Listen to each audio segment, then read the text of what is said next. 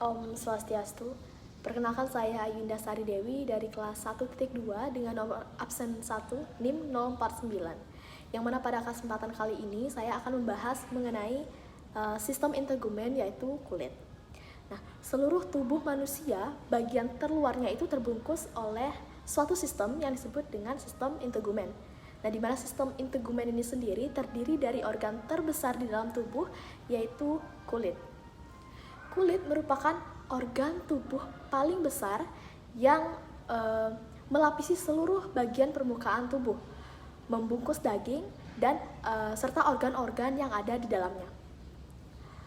Kulit berfungsi untuk melindungi struktur internal, mencegah masuknya patogen yang dapat menyebabkan penyakit, mengatur suhu tubuh, melindungi bahaya sinar matahari sebagai organ ekskresi dan memproduksi vitamin D. Kulit itu sendiri terdiri dari 3 lapisan. Nah, lapisan paling atas itu disebut dengan lapisan epidermis. Kemudian lapisan lebih dalamnya lagi itu disebut dengan dermis. Dan lapisan yang paling dalam dari kulit itu disebut dengan lapisan hipodermis. Nah, kita akan bahas satu-satu mengenai struktur kulit tersebut. Yang pertama ada epidermis. Nah, lapisan epidermis ini merupakan lapisan kulit paling atas atau bagian paling luar yang merupakan jaringan epitel. Lapisan epidermis ini berasal dari lapisan ektoderm pada embrio. Lapisan epidermis ini tersusun dari jaringan epitel pipih berlapis dan sel-sel keratinosit. Nah, sel keratinosit ini terbentuk dari lapisan paling bawah kulit, yaitu pada bagian stratum germinativum yang kemudian bergerak ke atas permukaan kulit. Nah, tebal dari epidermis itu sendiri berbeda-beda, namun kurang lebihnya ukuran dari epidermis itu sekitar 0,5 mm. Pada bagian epidermis itu tidak terdapat adanya pembuluh darah dan juga jaringan limfa, sehingga kalau kita tergores sesuatu dan hanya terkena pada lapisan epidermisnya, maka kulit kita tuh tidak akan mengeluarkan darah karena tidak terdapat pembuluh darah itu sendiri. Selain terdapat sel-sel keratinosit, pada epidermis juga terdapat sel melanosit yang memproduksi melanin, yaitu pigmen coklat yang diserap ke dalam keratinosit. Nah, pigmen ini juga menyerap sinar UV. Maka dari itu, sel melanin ini sangat penting karena melindungi kulit dari paparan sinar UV yang berlebih. Nah, pigmen melanin inilah yang berfungsi untuk memberi warna pada kulit. Kemudian ada juga sel Langerhans, yakni sebagai sel penghubung dan dari sistem pertahanan pada kulit kita, yakni sistem imun. Kemudian lapisan epidermis ini juga terbagi lagi menjadi 5 lapisan, yaitu ada stratum corneum, kemudian ada stratum lucidum, stratum granulosum, stratum spinosum, dan stratum germinativum atau disebut juga dengan lapisan basal. Nah, yang pertama itu ada stratum corneum atau disebut juga dengan lapisan tanduk. Nah, stratum corneum ini merupakan bagian atau lapisan terluar dari kulit. Kurang lebih 10% dari keseluruhan kulit epidermis itu terdiri dari 15-20 lapis sel-sel mati dari keratin. Nah, lapisan sel mati inilah yang nantinya akan selalu mengelupas. Yang kedua ada lapisan stratum lucidum yang disebut juga dengan lapisan barier atau lapisan bening. Nah, kenapa sih disebut dengan lapisan bening? Karena lapisan ini terdiri dari sel pipih yang tembus cahaya. Nah, stratum lucidum ini terdapat pada kulit yang bagian epidermisnya itu tebal seperti di telapak tangan dan juga telapak kaki. Nah, stratum lucidum ini berfungsi untuk meredam gesekan antara lapisan epidermis. Yang ketiga itu ada stratum granulosum atau lapisan berbutir. Nah, stratum granulosum ini merupakan lapisan kulit berpigmen yang menghasilkan lemak yang terdiri dari sel pipih, terdiri dari 2-4 lapis yang mengandung granula atau butiran. Yang keempat itu ada stratum germinativum atau disebut juga dengan stratum basal. Nah, stratum germinativum ini terletak di bagian paling dasar dari lapisan epidermis.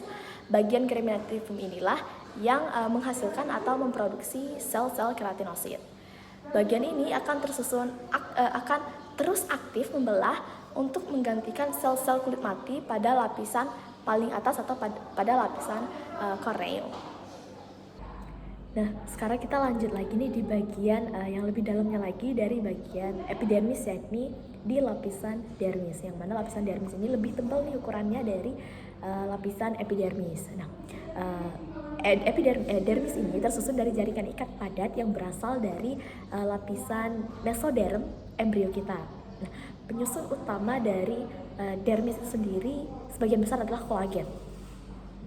Lapisan dermis ini terdiri dari dua lapisan utama. Yang pertama itu ada stratum papillari yang jaringan ikatannya itu lebih longgar daripada lapisan yang kedua, itu stratum retikular yang lapisannya itu lebih tebal daripada stratum papillaris. Nah, apa aja sih struktur-struktur atau benda-benda yang ada di lapisan dermis ini sendiri? Jadi yang terdapat pada lapisan dermis ini yang pertama ada yang disebut dengan kelenjar keringat atau glandula sudorifera, yang mana glandula sudorifera ini berfungsi sebagai tempat diproduksinya keringat. Jadi kulit kan juga memiliki fungsi sebagai organ ekskresi. Jadi kelenjar keringat atau glandula sudorifera ini yang sebagai produksi dari kelenjar keringat itu sendiri, yang mana apabila kelenjar keringat ini sudah terbentuk di dalam kelenjar keringat, kemudian akan disalurkan melalui duktusnya, kemudian keluar melalui pori-pori kulit kita. Kemudian di dalam dermis itu sendiri juga terdapat banyak pembuluh darah, yang mana pembuluh darah ini berfungsi untuk mengatur suhu di dalam tubuh kita. Jadi ada kalanya suatu saat kita merasa panas atau suhu dalam tubuh kita ini tinggi, pembuluh darah ini akan melebar untuk mengeluarkan panas itu sendiri. Nah, sebaliknya juga apabila kita merasakan kedinginan atau suhu dalam tubuh kita itu rendah, pembuluh darah ini akan mengerut untuk menyimpan panas. Kemudian di dalam dermis itu sendiri juga ada yang namanya kelenjar minyak atau glandula sebasea. Nah, glandula sebasea ini berfungsi untuk memproduksi minyak itu sendiri yang kemudian akan disalurkan menuju ke folikel rambut untuk melumasi rambut dan tetap menjaga kelembapan dari rambut.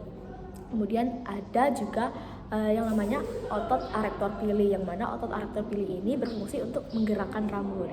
Jadi sensasi merinding yang kita rasakan pada saat bulu-bulu kita naik itu, yang menggerakkannya itu si otot arektor pili ini sendiri. Kemudian ada rambut. Nah, rambut ini juga berfungsi untuk melindungi kulit kita dari gesekan-gesekan. Kemudian ada di dalam dermis itu juga terdapat ujung-ujung saraf, yang mana ujung-ujung saraf ini berfungsi sebagai reseptor. Nah, ada ujung-ujung saraf bebas tanpa pembungkus, itu dinamakan dengan ujung saraf bebas, yang mana ujung saraf bebas ini sebagai reseptor rasa nyeri, jadi terhadap rangsangan atau rasa nyeri, rasa sakit atau rasa nyeri. Nah, kemudian ada juga ujung saraf Ruffini, yang mana ujung saraf Ruffini ini sebagai reseptor panas, jadi dia nih peka terhadap rangsangan panas. Kemudian ada juga ujung saraf Meissner dan juga lempeng Merkel. Nah, kedua ujung-ujung saraf ini berfungsi sebagai reseptor perabaan.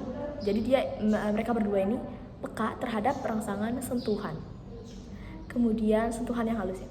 Kemudian ada juga ujung saraf Krause, yang mana ujung saraf Krause ini sebagai reseptor dingin, jadi dia ini peka terhadap rangsangan dingin. Kemudian ada juga ujung saraf Pacini, yang mana ujung saraf Pacini ini peka terhadap tekanan yang kuat. Nah, bagian dermis sudah kita bahas, dan sekarang kita akan masuk ke bagian kulit yang lebih dalam, yaitu bagian hipodermis atau sering juga disebut dengan lapisan subkutan. Nah, di lapisan subkutan ini ada yang dinamakan dengan jaringan adiposa, yang mana jaringan adiposa ini berfungsi sebagai alat untuk menjaga suhu udara panas atau dingin, dan sebagai tempat cadangan lemak, isolasi, serta bantalan untuk tubuh. Jadi bantalan sebagai bantalan organ-organ di dalam tubuh kita. Nah, Sekian pembahasan dari saya. Apabila terdapat kesalahan kata dan juga penyampaian yang kurang, saya mohon maaf. Saya akhiri dengan para mesanti. Om Santi Santi Santi Om.